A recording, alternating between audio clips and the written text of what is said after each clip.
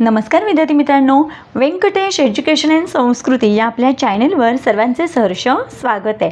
आजच्या व्हिडिओमध्ये आपण स्कॉलरशिप शिष्यवृत्ती परीक्षा इयत्ता 4 विषय आहे गणित, यामधील आपण भागाकार यामधील स्वाध्याय 12.3 आजच्या व्हिडिओमध्ये सोडवून घेणार आहोत। या आधीच्या व्हिडिओमध्ये आपण 12.1 आणि 12.2 सोडवून घेतलेला आहे, त्याची लिंक कमी या व्हिडिओच्या डिस्क्रिप्शन बॉक्समध्ये दिली आहे।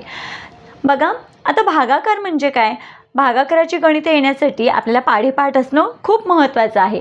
आणि बघा, ज्यांना गुणाकार येतो त्यांना भागाकार सुद्धा येतो, कारण गुणाकार येताना सुद्धा आपल्याला काय पाहिजे? पाढेपाठ पाहिजेत। म्हणजे गुणाकार आणि भागाकार या दोन्ही क्रिया एकमेकांवर डिपेंड आहेत। मग आजच्या व्हिडिओमध्ये आपण काय बघणार आहोत तर गुणाकार आणि भागाकार शाब्दिक उदाहरणे, म्हणजे आपण मिश्र उदाहरणे बघणार आहोत। जसं बेरीज आणि वजाबाकी यांची मिश्र गणित असतात, तसं आजच्या व्हिडिओमध्ये आपण भागाकार आणि गुणाकार यावरील शाब्दिक उदाहरणं म्हणजे दोन्ही क्रिया एकाच गणितामध्ये बघणार आहोत। मग बघा, बऱ्याच वेळा मुलांना गुणाकार येतो, भागाकार पण येतो, पण शाब्दिक उदाहरणांमध्ये जर म्हटलं गुणाकार भागाकार तर मुलांना ते ओळखता येत नाही की ते गणित वाचल्यावर इथे कोणती क्रिया करायची आहे, त्याच्यामुळे गणित काय होतं? चुकतं। मग बघा, आजच्या व्हिडिओमध्ये आपण तेच बघणार आहोत की यावरची उदाहरणे कशी सोडवायची। चला तर मग व्हिडिओला सुरुवात करूया। त्यापूर्वी नेहमीप्रमाणे व्हिडिओ आवडल्यास व्हिडिओला लाईक करा, आपल्या मित्रमैत्रिणींना शेअर करा, चॅनलवर नवीन असाल तर चॅनलला सबस्क्राईब करा। बघा, इथे पहिला प्रश्न, आद्याने प्रत्येकी 48 फुलांचे 15 हार केले, नेहाने तितक्याच फुलांचे 12 हार केले, तर तिने प्रत्येक हारात किती फुले गुंफली? आता बघा, आद्याने काय केले? प्रत्येकी 48 फुलांचे 15 हार केलेत, है की नाही? प्रत्येकी 48 फुलांचे, म्हणजे बघा प्रत्येकी म्हणजे काय? एका हारामध्ये किती? 48 फुले, असे एकूण किती हार केले त्याने? 15 हार केले, है की नाही? मग त्याने किती फुलांचे केले हे काढायचं आपल्याला। एका हारामध्ये 48 फुले, तर 15 हारामधली फुलं आपल्याला काढायची आहेत। मग इथे कोणती क्रिया केली पाहिजे? दुसरं बघा, नेहाने काय केले? तितक्याच फुलांचे, म्हणजे 48 फुलं म्हणजे तितक्याच फुलांचे 12 हार केलेत। म्हणजे आपण जर हे उत्तर काढलं तरच आपल्याला हे उत्तर येणार आहे। आता बघा, मग नेहाने किती हार केलेत? 12 हार केलेत, एवढंच आपल्याला माहिती आहे। ठीक आहे, मग आपण आधी काय करूया? 15 हारांमधील एकूण फुले किती ते काढूया। एका हारामध्ये जर 48 फुले असतील तर 15 हारांमध्ये किती? बघा, इथे एकासाठी 48 दिले आणि 15साठी विचारले, मग एक जास्त आहे का 48 जास्त आहेत? 48 जास्त आहेत, म्हणजे बघा हे कमी आहेत। मग कमीचा ग्रुप आपल्याला दिला आहे आणि जास्तचं काढायचं आहे। मग मला सांगा, ज्यावेळेस कमीचा गट दिला जातो आणि जास्त काढायचं असतो त्यावेळेस आपण कोणती क्रिया करतो? गुणाकार। मग कुणाचा गुणाकार करायचा? 15 गुणिले 48। मग बघा, इथे 48 गुणिले 15, डायरेक्ट 15ने गुणलं तरी चालेल, चुकू नये असं वाटत असेल तर 5ने गुणा, कसंही गुणा। 5×8 = 40, 4 हातचा इथे 0, 5 चौक 20, 20 आणि हे 4 24, याचं काम झालं इथे 0, 8 एके 8, 4 एके 4, यांची बेरीज करूया।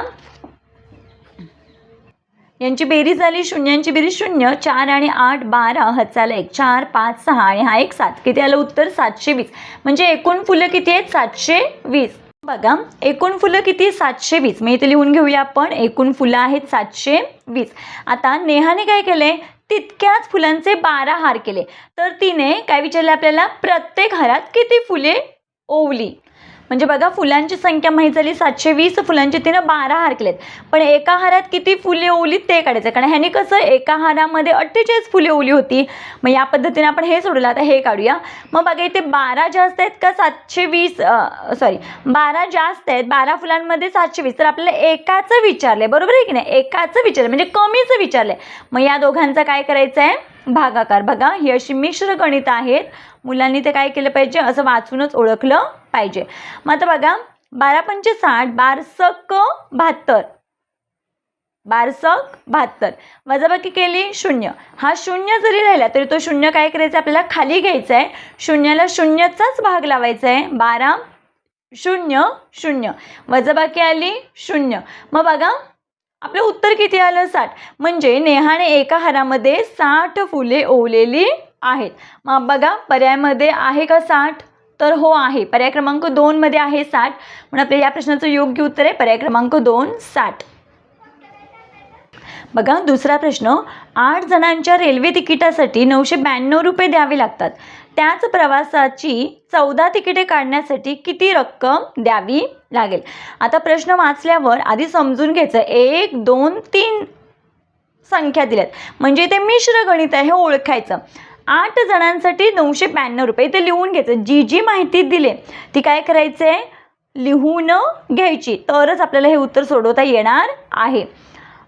बघा 8 व्यक्तींसाठी 992 रुपये. आता तुम्ही म्हणाल की प्रत्येक वेळेस लिहित बसलं तर परीक्षेला वेळ कसा पुरणार. आपण प्रॅक्टिस करतोय तोपर्यंत ही गणितं याच पद्धतीने सोडवायची आहेत, म्हणजे पेपराला मात्र डायरेक्ट आपल्याला काय करता येईल, ते गणित ओळखता आलं की आपल्याला सहज क्रिया करता येणार आहे. मग 8 व्यक्तींसाठी 992 रुपये तिकीट आहे, तर 14 तिकीटं काढण्यासाठी काय सांगितलं आहे, 14 तिकीटं काढण्यासाठी. मग आता बघा 8 व्यक्ती, आता तुम्ही म्हणाल इथे तिकीट दिलंच नाही आहे, 8 व्यक्तींसाठी 992 रुपये द्यावे लागतात. 8 व्यक्ती, प्रत्येकासाठी एकच तिकीट असतं, मग 8 व्यक्ती आहेत म्हणजे किती, 8 तिकीटं, बरोबर आहे. 8 तिकीटं त्याच्यासाठी 992 रुपये लागतात. मग आता काय 14 तिकिटांचं आपल्याला विचारलं, बरोबर आहे. 14 तिकिटांचं विचारले आपल्याला, काय 14 तिकिटांचे किती रुपये लागतील असं आपल्याला विचारलेलं आहे. मग बघा 8ची किंमत माहिती आहे आपल्याला, माहिती आहे. आपण आधी एका तिकिटाची किंमत काढूया, म्हणजे आपण मग 14 तिकिटाची सहज किंमत काढू शकतो. मग काय करायचं आहे, या 992ला 8ने भागायचं आहे. मग बघा इथे 992 भागिले 8 केलं तर बघा 8 1 8, 9तून 8 गेला 1 राहिला, वरून 9 आहेत ते खाली घेतले. एका वेळेस एकच संख्या खाली घ्यायची आहे कारण ही एक अंकी संख्या आहे. आता बघा 8च्या पड्यामध्ये 19 नाही आहेत, मग त्याच्यापेक्षा लहान संख्या आहे 8 2 16. मग 19मधून 16 गेले, 17 18 19, किती राहिले, 3 राहिले. हा 2 जो वर राहिला होता तो उतरवून खाली घ्यायचा.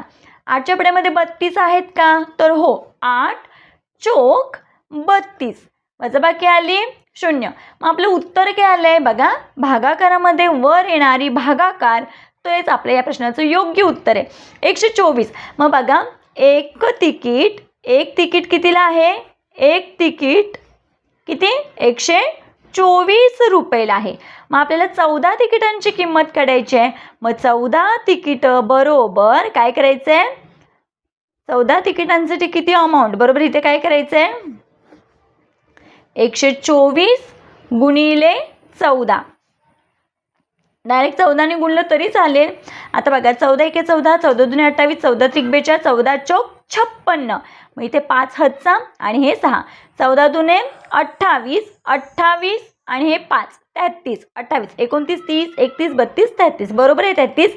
परत 3 हातचा आला, इथे 3, 14 1 14, 15 16 17. मग इथे उत्तर किती आलं, 17.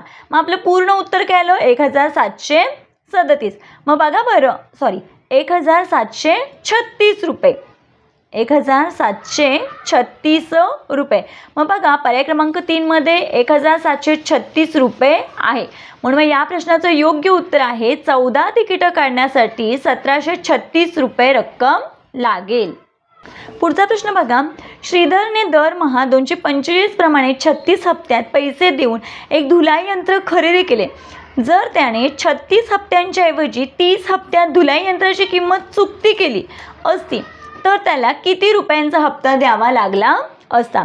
आता बघा दरमहा 245 प्रमाणे, दरमहा म्हणजे एका महिन्याला 245 प्रमाणे, एका महिन्याला 245 प्रमाणे किती हप्ते, 36 हप्त्यामध्ये, म्हणजे एकूण त्यांनी 36 महिन्यात काय केलं आहे, पैसे दिले. 36 महिन्यामध्ये काय केलं, एक पैसे देऊन एक धुलाई यंत्र खरेदी केले.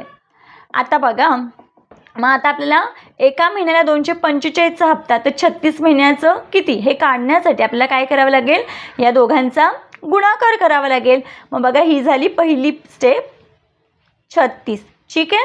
आणि दुसरं काय सांगितलं आहे, 36 हप्त्यांच्या ऐवजी 30 हप्त्यात धुलाई यंत्राची किंमत चुकती केली असती तर त्याला किती रुपयांचा हप्ता द्यावा लागला असता.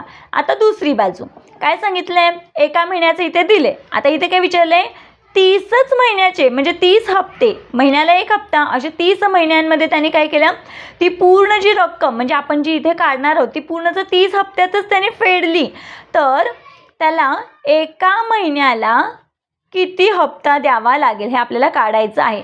बघा, एवढ्याशा माहितीवरून आपल्याला ह्या गोष्टी काढायच्या आहेत. हे आलं तर हे येणार आहे, हे आलं तरच येणार आहे, म्हणजे हे आणि हे सेमच आहे, समजून घ्या. मग काय करू, इथे गुणाकार. 6 पंचा 30, हातचा आला 3, 6 चोक 24, 25, 26, 27, इथे 2 आणि इथे हे 7, 6 दुने 12, 13, 14, इथे लिहून घेतले आपण 14. याचं काम झालं, इथे आपण 0 दिला. 3 5 15, हातचा आला 1, 3 चोक 12, 12 आणि 1 हातचा 13, परत हातचा 1 आला, 3 दुने 6 आणि 1 हातचा 7. बेरीज करूया. 0, 7 आणि 5 12, हातचा आला 1, 4 आणि हे 3 7 आणि हा 1 8, 7 आणि 1 8. आपलं उत्तर किती आलं, 8820. म्हणजे त्याचा हप्ता किती आहे, 8820 आहे. म्हणजे 30 महिन्यामध्ये जर 8820 रुपये फेडले तर एका महिन्याला किती हप्ता असं विचारले. मग परत या दोघांचा काय करायचं आहे, भागाकार करायचा आहे. मग बघा, 8820 भागिले 30. बघा, ज्यावेळेस इकडे 0 असतात त्यावेळेस आपण 0ला 0 कट करून घेऊया. आता बघा, 3च्या पड्यामध्ये 8 आहेत का, नाही. त्याच्यापेक्षा लहान संख्या 3 दुने 6, वजाबाकी बघा, 8तून 6 गेले, बाकी आली 2, वरून घेतले हे 8. 3च्या पड्यामध्ये 28 नाही आहेत, 3 आहेत. 3 7 21, 3 8 24, 3 9 27, 3 9 27, 28 नाही आहेत, 27 आहेत, लहान संख्या.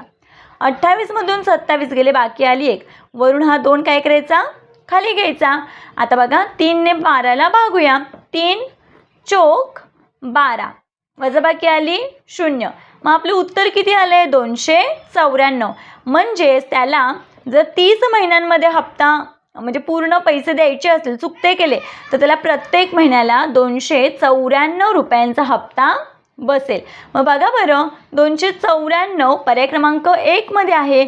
म्हणून इथे आपल्या या प्रश्नाचं योग्य उत्तर काय आहे, पर्याय क्रमांक 1, 294. पुढचा प्रश्न बघा, एका खोक्यात 6 सफरचंदे, याप्रमाणे काही सफरचंदे 12 खोक्यात भरली. जर ही सफरचंदे एका खोक्यात 8 याप्रमाणे भरली तर ती भरण्यासाठी किती खोके लागतील. काय सांगितलं, दिलेल्या माहितीनुसार बघा, एका खोक्यामध्ये किती सफरचंद, 6 सफरचंद. याप्रमाणे काही सफरचंदे 72 खोक्यात भरली. मग बघा, 72 खोक्यांमधली सफरचंद आपल्याला दिलेली आहेत. मग आपल्याला हे सफरचंद काय करायचे आहेत, किती, 72 खोक्यांमध्ये किती सफरचंद. एका खोक्यात जर 6 आहेत तर 72मध्ये किती. मग आपण काय करतो बघा, कमीचं दिले आणि जास्तचं काढायचं आहे. मग अशा वेळी आपण काय करतो, या दोघांचा गुणाकार.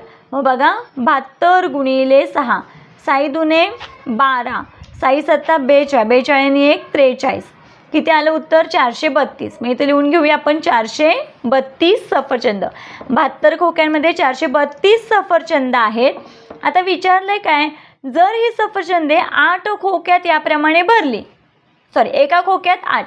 मग बघा, इथे दिलेली माहिती आता त्यांनी काय दिले, जर ही सगळी सफरचंद एका खोक्यामध्ये 8 सफरचंद भरली आणि एकूण सफरचंद किती आहेत, 432 आहेत, तर आपल्याला खोक्यांची संख्या विचारली, म्हणजे कमीचं काढायचं आहे. मग या दोघांचं काय करायचं आहे, भागाकार. मग बघा, 432 भागिले 8. मग बघा, 8 पंचे 40, 43पेक्षा लहान संख्या आहे 40. 43मधून 40 गेले, बाकी आली 3, वरून हा घेतला 2. 8च्या पड्यामध्ये 32 आहेत, 8 चोक 32, वजाबाकी केली, बाकी आली 0. मग आता उत्तर किती आलं, 54. मग एकूण किती खोकी लागतील, तर 54 खोकी लागतील. मग बघा, पर्याय क्रमांक 4 मध्ये 54 हे उत्तर आहे. म्हणून आपल्या या प्रश्नाचं योग्य उत्तर पर्याय क्रमांक 4, 54. बघा, या स्वाध्यायामध्ये एकूण 9 प्रश्न आहेत. आजच्या व्हिडिओमध्ये आपण पहिले 4 प्रश्न सोडवून घेतलेले आहेत. पुढचे प्रश्न आपण पुढच्या व्हिडिओमध्ये सोडवून घेणार आहोत. त्याची लिंक मी या व्हिडिओच्या डिस्क्रिप्शन बॉक्समध्ये देत आहे. आजचा व्हिडिओ कसा वाटला ते कमेंटमध्ये नक्की सांगा. व्हिडिओ आवडल्यास लाईक, शेअर, सबस्क्राईब. आजचा व्हिडिओ कसा वाटला ते कमेंटमध्ये नक्की सांगा. भेटूया पुढच्या व्हिडिओमध्ये. तोपर्यंत नमस्कार. थँक्यू.